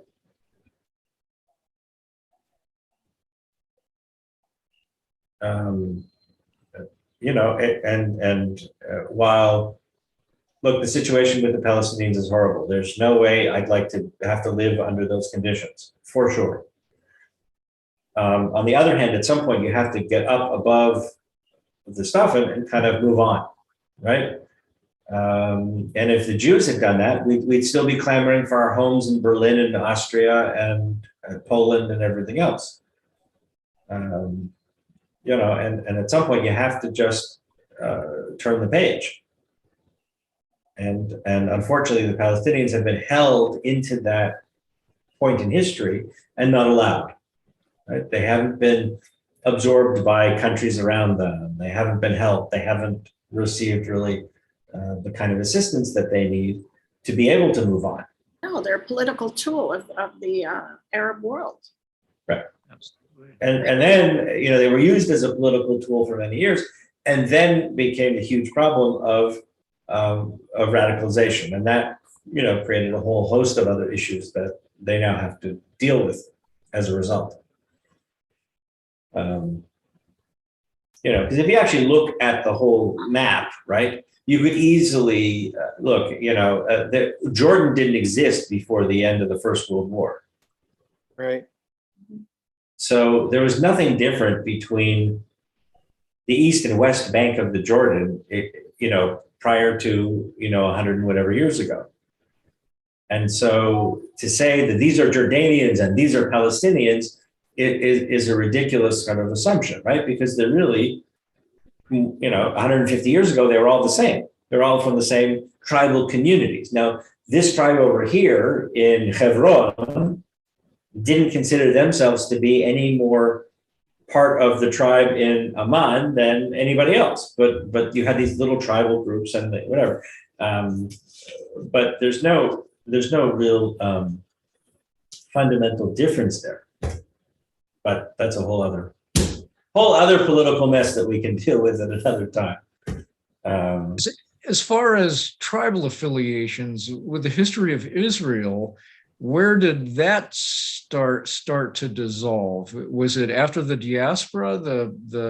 That because I would guess most Jews now would have a hard time determining what tribe their family is from. So when did that start to fall apart? Only the Levites and Kohens. Right. True. Right. So you say Israel, which is, hey, whatever. Right. So we'll get to it in Kings, and there's a whole series of wars that happen between the different places, and the tribes sort of amalgamate, and you end up with a northern kingdom and a southern kingdom. So you have Judah and Israel, and you have those are the two, and then those kind of amalgamate into Israel itself. And so you lose these little individual tribal affiliations, and they tend to go into larger groups. And then when the temple is destroyed and we're all into diaspora, it just all falls apart. But it's actually, we end our tribal affiliations long before we get to the destructions of the temples. I wondered about that. I remember asking my dad, I said, do you know what tribe you're from? And he, of course, had no idea. And well, nobody does, Yeah. But I didn't realize that, I thought it was something that was passed down, generation to generation. Oh, by the way, we're, whatever. Well, I used to have a response to that. My dad would say, we're part of the Shmohawk tribe.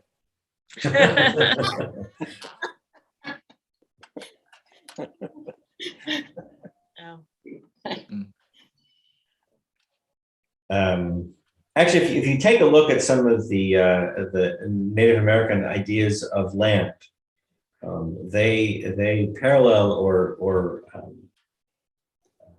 work well in terms of Judaism's approach as well. The idea that we are stewards of the land, we don't own the land. Right.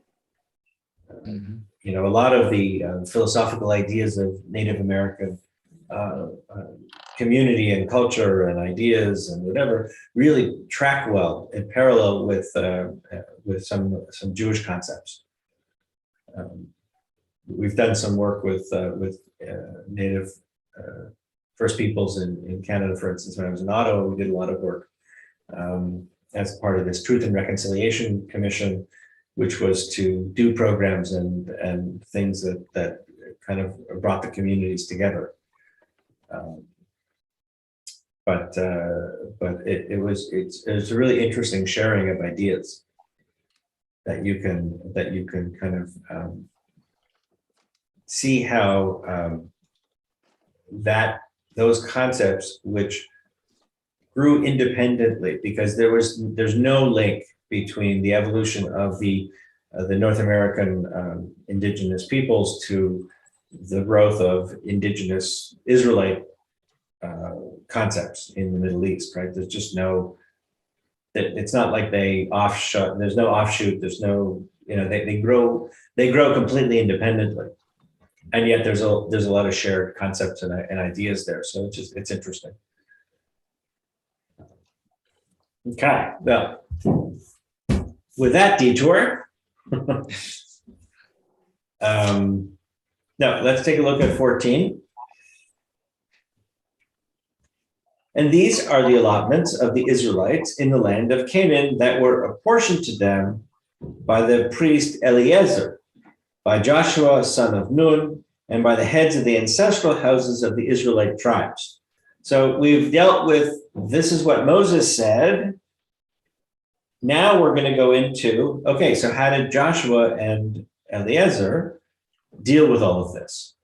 And of course, this is the formal pedigree, right? So it's Joshua, son of Nun. So this is, establishing his pedigree. And by Eliezer, and who is Eliezer? Must be a descendant of Aaron, the priest. Right. So it's Aaron's descendant, right?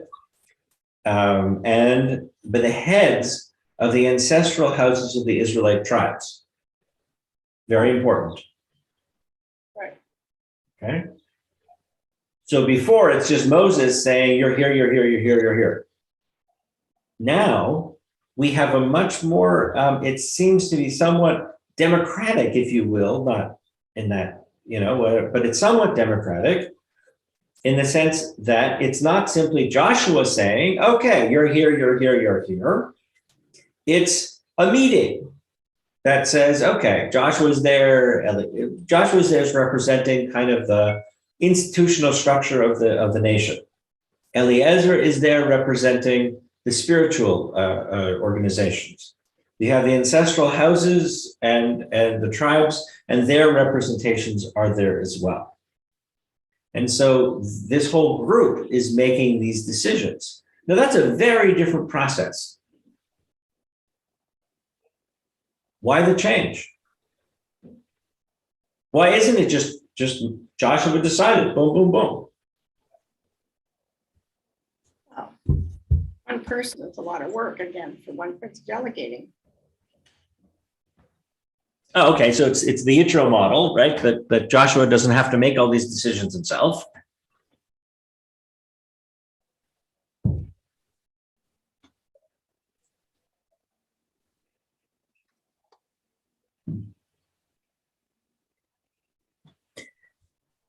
And how are the portions distributed? Keep reading. The portions that fell to them by lot. It was a lottery. Oh, okay. As the Lord had commanded through Moses for the 9.5 tribes. Did God command to do it by lottery? No. No. Not at all. We don't have any of that. God, there's nothing in the Torah that says, oh, assign them by lottery. It might have been a tradition that was the way they settled these things. They had a lottery, but we don't know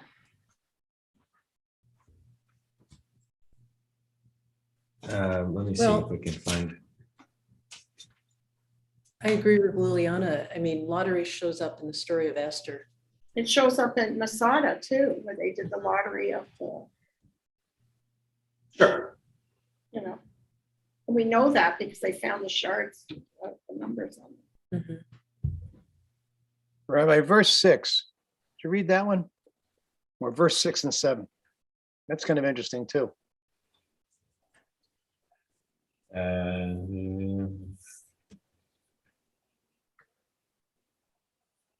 Okay, so let's just continue reading. So verse 3. So the portion of the other 2.5 tribes had been assigned to them by Moses on the other side of the Jordan, right? So we've already gone through that. They're on the other side. He had not assigned any portion among them to the Levites, right? Because they're supposed to be, free and clear. For whereas the descendants of Joseph constituted 2 tribes, Manasseh and Ephraim, the Levites were assigned no share in the land, but only some towns to live in, right? So they were given some places to live, with their pastures for their livestock and their cattle, just as the Lord had commanded Moses to the Israelites did when they apportioned the land. Great. Now, number 6. The Judites approached Joshua in Gilgal, and Caleb, the son of Yefuneh, the Kizite, said to him, you know what instructions the Lord gave at Kadesh Barnea to Moses, the man of God, concerning you and me. I was 40 years old when Moses, a servant of the Lord, sent me from Kadesh Barnea to spy out the land, and I gave him a forthright report. So this is the the conversation. Caleb and Joshua are two of the spies that get sent over into Israel to take a look. All the other spies come back with these made up nonsense stories about how difficult it's going to be to occupy and capture the land. It's only Caleb and Joshua who actually tell the truth. While my companions who went up with me took the heart out of the people, so they, because they were telling all this nonsense, I was loyal to the Lord my God. On that day, Moses promised an oath. The land on which your foot trod shall be a portion for you and your descendants forever, because you were loyal to the Lord your God. So now Caleb is basically saying, okay, I'm calling in, I'm calling in the promise. He and Joshua are the only two left from the land of Egypt that are alive from that Correct. time. Yes, exactly. He's a unique dude as far as I'm concerned. Yeah, he's it, right? He's, the Joshua. the two of them are it. Right. Right. They're the only two left that left Egypt. Right. And he says, now the Lord has preserved me in terms of let me live, right? He's old. He's got to have been old. As promised, it is 45 years since the Lord made this promise to Moses, when Israel was journeying through the wilderness, and here I am today, 85 years old, and I'm still strong today as on the day that Moses sent me. My strength is the same now as it was then, for battle and for activity. So he's saying, look, I'm just as healthy as I was, which, is sort of saying, look, I still deserve, it's not like I'm this doddering old man, So assign me to this hill country as the Lord promised on that day. Though you too heard on that day, the Anakites are there and great fortified cities. If only the Lord is with me, I will dispose of them as the Lord promised. He's calling it in. He's saying, I'm strong as I was. God promised this to me. I want my promise. Well, look at that. He got Hebron. Well, Interesting. right. So what does Joshua do? Go for it. Right. Joshua blesses Caleb. And it's an interesting turn of phrase, Joshua blesses Caleb, Vayivarchuchu, which is really, in a sense, Joshua caused Caleb to be blessed. It's in that sort of format. Vayiten et Chevron, and he gave him Chevron. Lechelev, to Caleb, as his section, as his portion.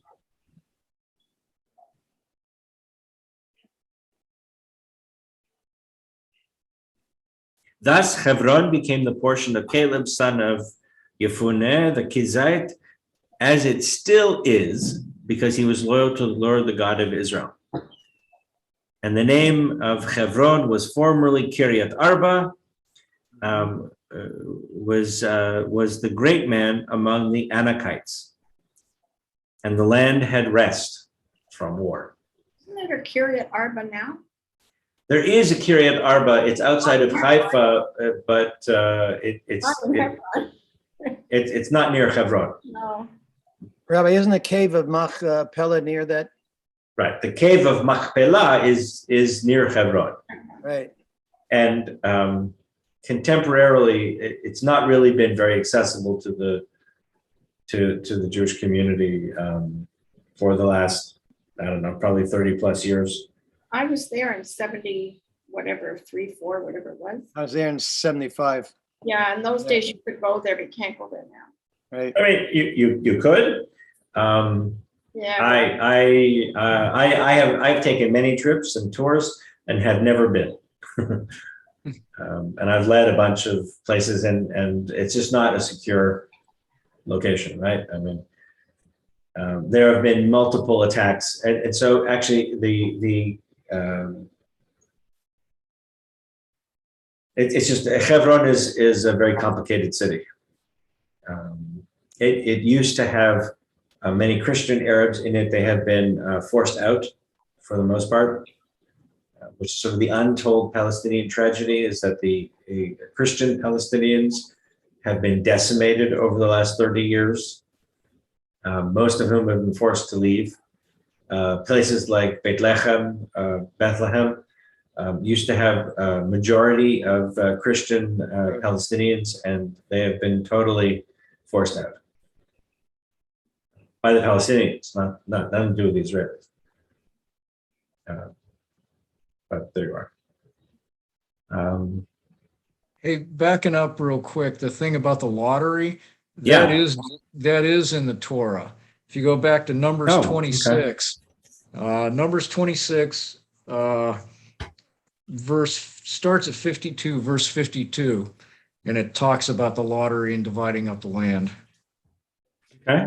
What does it say? It says, Hashem spoke to Moses, saying, to thee shall the land be divided as an inheritance, according to the number of names. For the numerous one you shall increase its inheritance, and for the fewer one you shall lessen its inheritance. Each one according to its count shall his inheritance be given. Only by lot shall the land be divided, according to the names of their fathers. Tribes shall they inherit. By their fathers' tribe shall they inherit. According to the lot shall one's inheritance be divided between the numerous and the few. So that's Numbers 26. Yeah, except that there's no provision when they finally do it for larger or smaller groups. Right. That's something they had to figure out. Yeah. Thought they had that from their own census, Yeah. because that's how they created their army. You know, X percentage of each tribe would come to form the army. Right. I mean, which is, each tribe essentially would there would be a census of the tribe, and the tribe would say you have, there would be a total of 600,000 men of fighting age. And if tribe X had percentage, then they would owe that number to the larger whole. What's the other thing that's interesting, just as we end here, is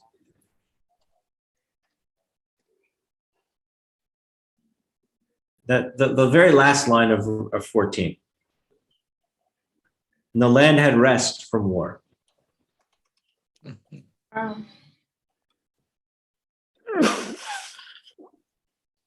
That war is, in some way, the land is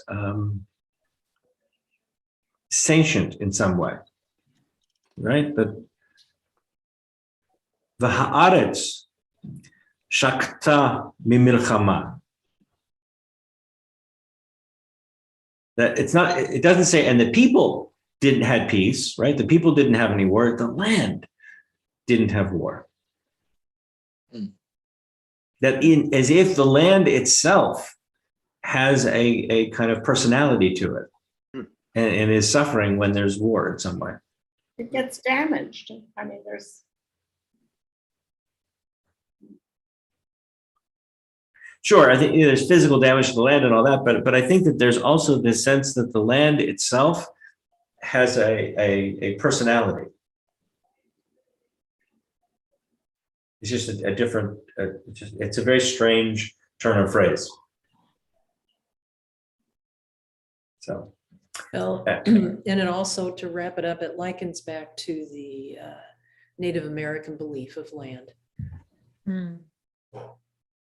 Yeah, and the Jewish one, right? It's all that same concept that the land itself is our partner in a sense. So, okay, everybody. I wish you all a Shabbat Shalom, a sweet and healthy Shabbat. Everybody, stay warm, stay safe, and we'll see you soon. All right, great Thank talk. you. Thank you very much. Bye.